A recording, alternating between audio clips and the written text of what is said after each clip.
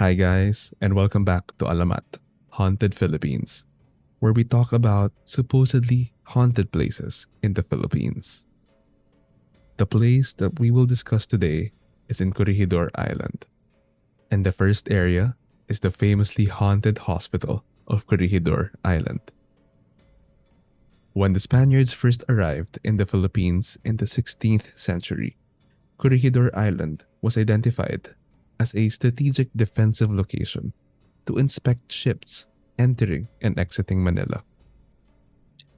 After the Spanish-American War, the island became a U.S. military station that strengthened the U.S. forces in the Philippines.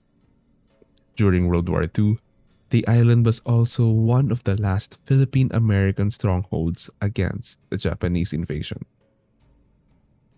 It was targeted by the Japanese as it was the entry point to the city of Manila. On the island, one of the most important structures built there was the hospital.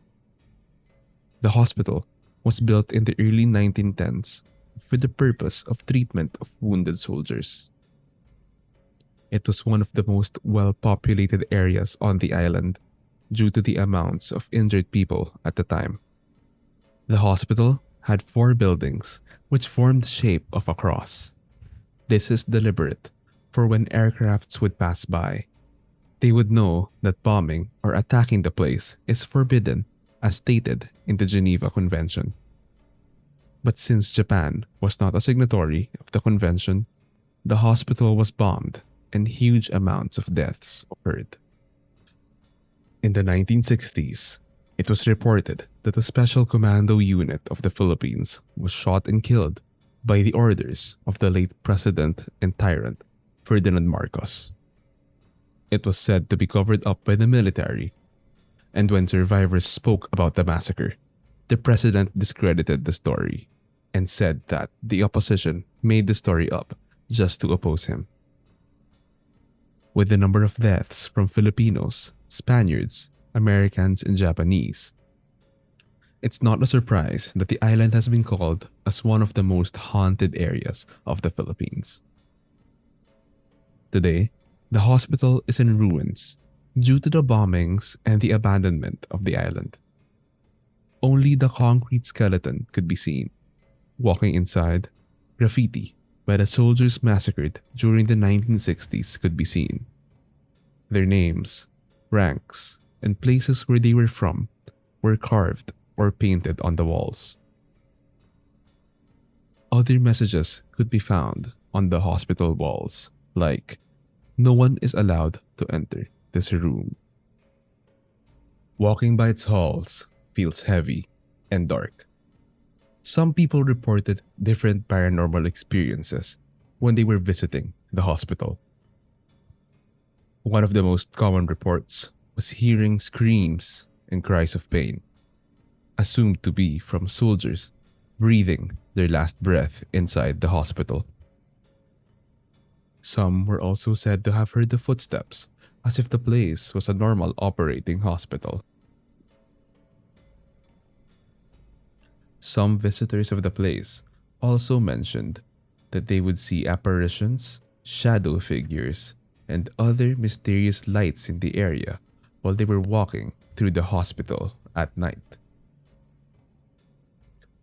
The second haunted place that could be found on the island is named Melinda Tunnel. Melinda Tunnel was named after the Filipino phrase maraming linta, which means many leeches, because when the tunnel was actually being built, they found a lot of leeches. Melinda Tunnel is a tunnel complex made by the U.S. Army from 1922 to 1932. It was reported that the engineers had to rent equipment from gold miners in the area just to build the tunnel. They also borrowed 1,000 convicts from Bilibid prison as additional manpower for the construction. Melinda Tunnel was initially used as a storage and personal bunker, but during World War II, the tunnel was converted into a 1,000-bed hospital. During the Battle of Corregidor, The tunnel was the headquarters of General Douglas MacArthur, and in 1942, the Japanese were able to conquer the island.